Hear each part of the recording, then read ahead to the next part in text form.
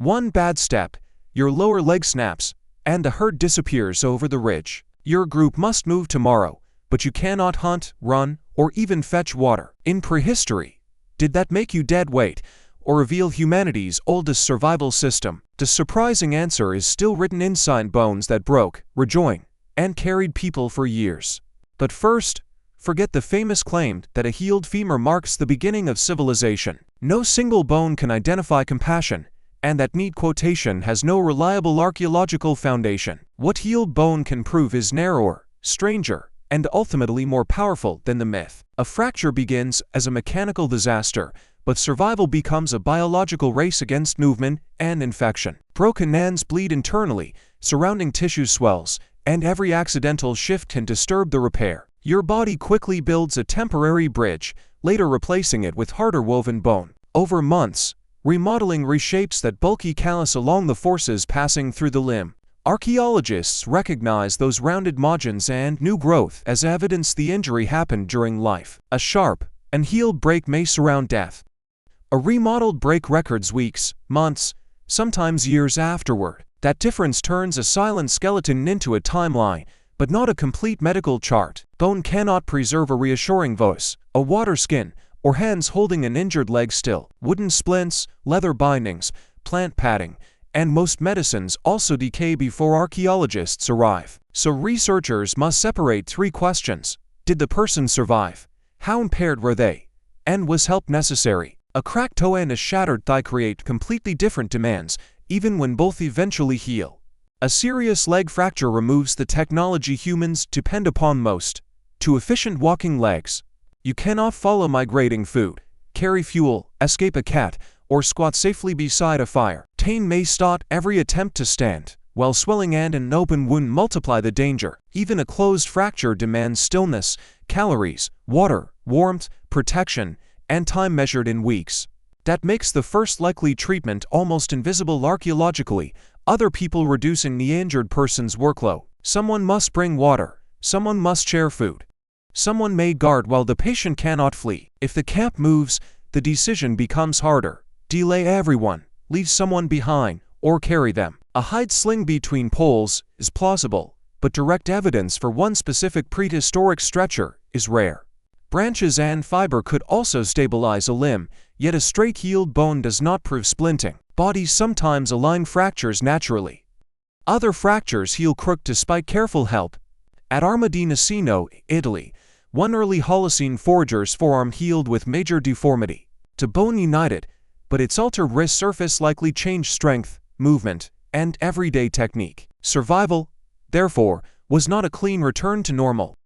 It could mean adapting around permanent limitation. The most famous prehistoric example is not a broken leg, but one severely impaired Neanderthal. Shanidar lived in what is now Iraqi Kurdistan roughly 45,000 years ago.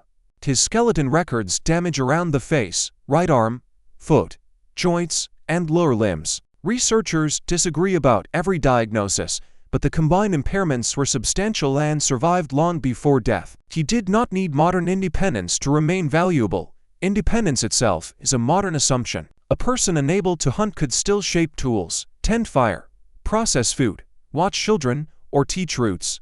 Ancient groups also shared rest. Today's successful hunter might become tomorrow's patient after one fall. Care was therefore not simply charity, it could protect skill, relationships, memory, and future cooperation. A review of Neanderthal healthcare describes this as risk pooling alongside food sharing and collaborative hunting. The argument is evolutionary, not sentimental.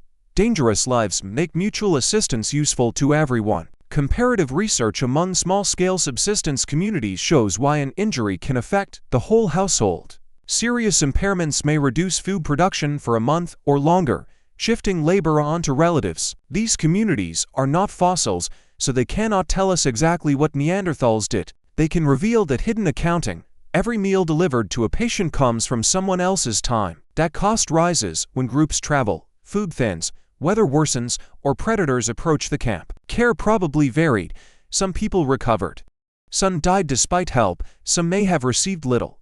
The archaeological record filters this reality again, because only survivors can grow obvious healing bone. Those who died quickly leave no callus, and soft tissue injuries may leave no skeletal trace. This creates a survivor's archive, biased toward wounds the body and community somehow carried through. Yet the archive contains more than isolated lucky cases across many times and places.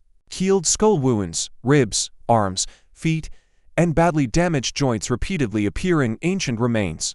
At a Neolithic site in France, an older man's forearm ended in a deliberately modified, healing stump. The case may represent amputation and substantial care, although it cannot define ordinary prehistoric medicine. Elsewhere, better aligned fracture suggests stabilization, but alignment alone never reveals the healer's exact method.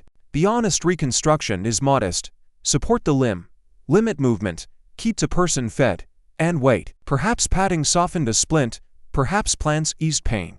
Usually, the evidence cannot choose between possibilities. What it can show is that broken people were not automatically discarded when their productivity vanished. A healed disabling injury means the person crossed a dangerous gap between accident and renewed function. During that gap, the body supplied bone, but the surrounding group could supply everything else. This changes the answer to our opening question.